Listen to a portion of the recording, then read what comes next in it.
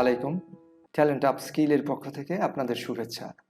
অষ্টম শ্রেণী বাংলা ভার্সন গণিত এক্সারসাইজ 2.1 17 নম্বর অঙ্ক। কোনো নির্দিষ্ট সময়ের মুনাফা আসল 5,600 টাকা এবং মুনাফা আসলের 5/2 অংশ। মুনাফা বার্ষিক শতকরা 8 টাকা হলে সময় নির্ণয় করো। আমাদেরকে একটা জিনিসই বের করতে হবে, সেটা হলো সময় বা কত বছর সেটা। এখানে আমাদেরকে বুঝতে হবে কত সহজে এই অঙ্কটা কোন পদ্ধতিতে আমরা করতে পারি।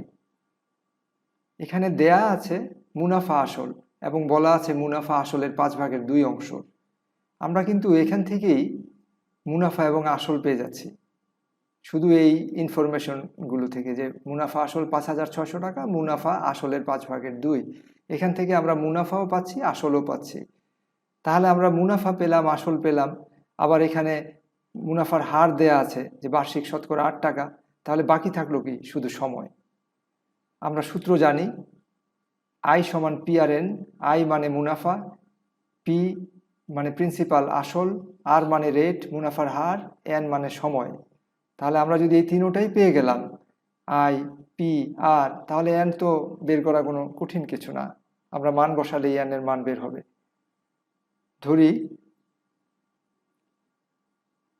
আসল পি, তাহলে প্রশ্ন অনুযায়ী মুনাফা আসলের 5/2। তাহলে মুনাফা কত? মুনাফা সমান সমান 5/2 পি। আবার মুনাফা আসল, এখান থেকে আমরা পাচ্ছি পি যোগ 5/2 পি সমান সমান 5/7 পি। এটা যোগ করলেই আমরা পাই 5 পি আর 2 পি 7 পি। তাহলে এটা হলো মুনাফা আসল। প্রশ্নে দেয়া আছে মুনাফা আসল সমান 5,600 টাকা। তাহলে আমরা লিখতে পারি 5/7 পি সমান সমান 5,600 টাকা। তাহলে 5/7 পি সমান সমান 5,600 টাকা।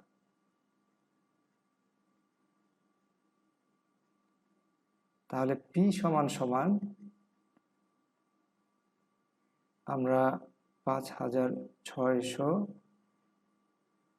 আর নিচে চলে যাবে 5/7 টাকা।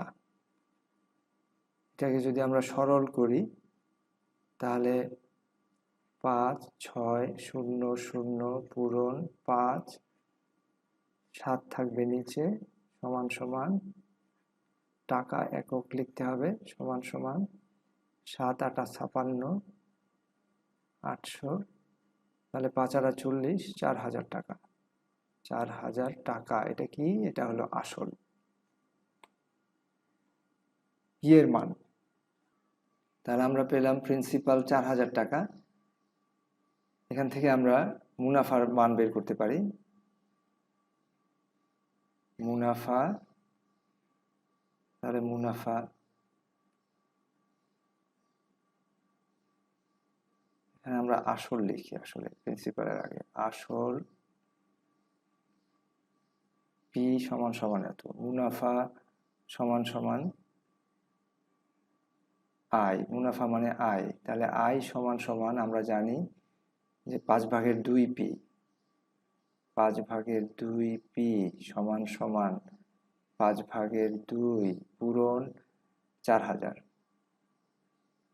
টাকা। কাটাকাটি করি, 5 × 8 = 40, 800, 8 × 2 = 1600, 1600 টাকা। এটা মুনাফার মান। আমরা পি এর মান পেলাম, আই এর মান পেলাম, প্রশ্নে দেয়া আছে আর এর মান। আর কত? প্রশ্নে অনুযায়ী আর সমান সমান শতকরা 8। 8%, মানে হলো 8 উপরে নিচে 100। তাহলে আর এর মান দেয়া আছে, আমাদের বের করতে হবে n এর মান। তাহলে আমরা যে পি আর এন সমান সমান আই। আমি কেন পি আর এনটা আগে লিখলাম, আই আগে না লিখে? কারণ আমরা বের করব n এর মান। তাহলে n সমান সমান, সুতরাং n সমান সমান আই বাই নিচে পি ইন্টু আর। তাহলে আমরা এখন মান বসাই। তাহলে এটা হলো n এর মান, n সমান সমান আই বাই পি ইন্টু আর।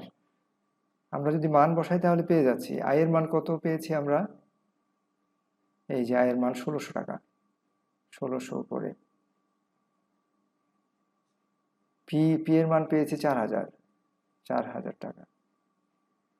আর এর মান কত, 8/100। তাহলে সমান সমান, এটাকে সরলীকরণ করি, 1600 নিচে এটা হলো 4000। তাহলে 4000, এখানে থাকবে 4000 পূরণ 8, 100টা চলে যাবে উপরে। আমরা যদি কাটাকাটি করি, এই দুইটা শূন্য চলে গেল, দুইটা শূন্য চলে গেল, এখানে একটা শূন্য, এখান থেকে চলে গেল একটা শূন্য। 4 দিয়ে যদি 160কে ভাগ দিই, তাহলে 4 4 আর 16, 40। 8 দিয়ে যদি 40কে ভাগ দিই, 5 8 40। এটা হবে বছর। আমরা জানি এন এর একক হলো বছর। এত বছর সমান সমান 5 বছর। তাহলে আমাদেরকে লিখতে হবে উত্তর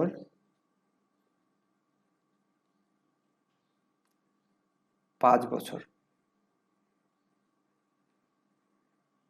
আশা করি সবাই বুঝতে পেরেছেন এবং সবাইকে ধন্যবাদ। কোনো সমস্যা থাকলে আপনারা কমেন্টে লিখবেন। Thank you. আসসালামু আলাইকুম।